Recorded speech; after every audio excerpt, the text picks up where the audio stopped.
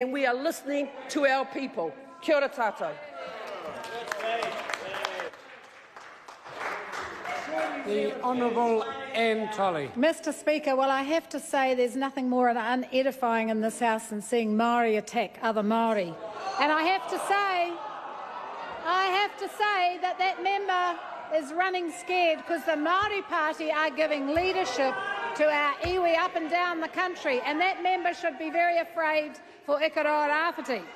Mr Speaker, there's not often that I get to stand in the House and talk about my electorate, and I'm really keen today to talk about some fantastic stuff that is happening in Tairāwhiti.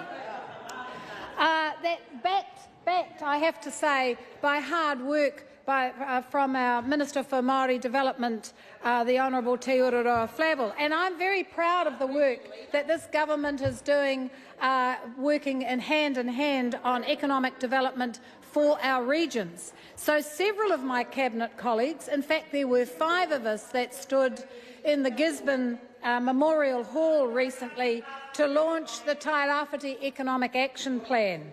And this plan was not one that we sailed in, made a big announcement and sailed out again. This is one that we have been working with businesses, with iwi, with local government on the ground, talking about the things that they need governments to support, that they want to do and that they need government support for.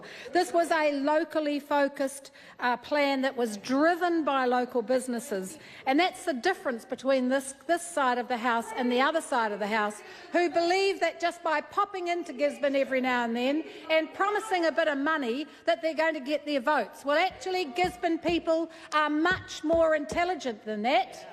They're much more intelligent because they know what they want.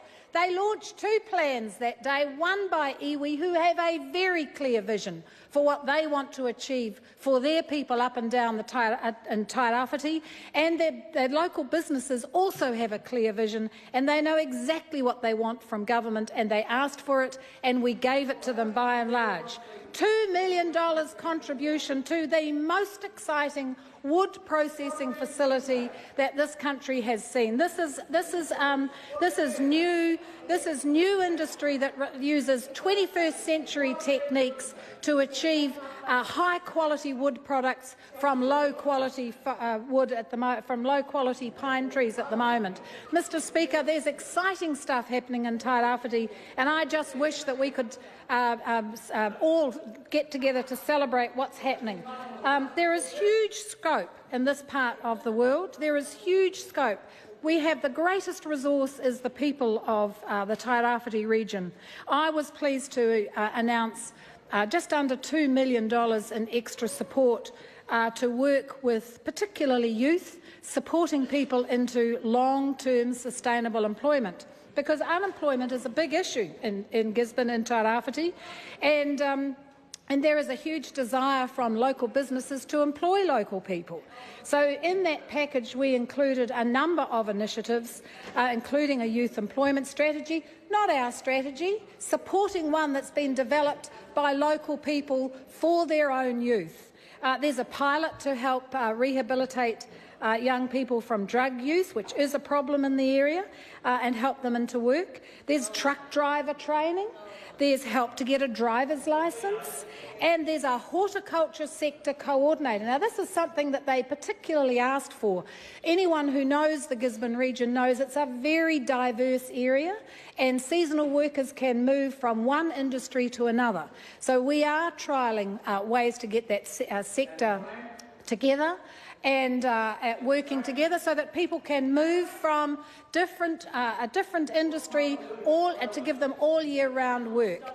Though, Mr Speaker, I'm absolutely delighted that this government has chosen to work with a number of regions, supporting businesses to grow their capability, to grow their local employment, and we are supporting them to make money for the area.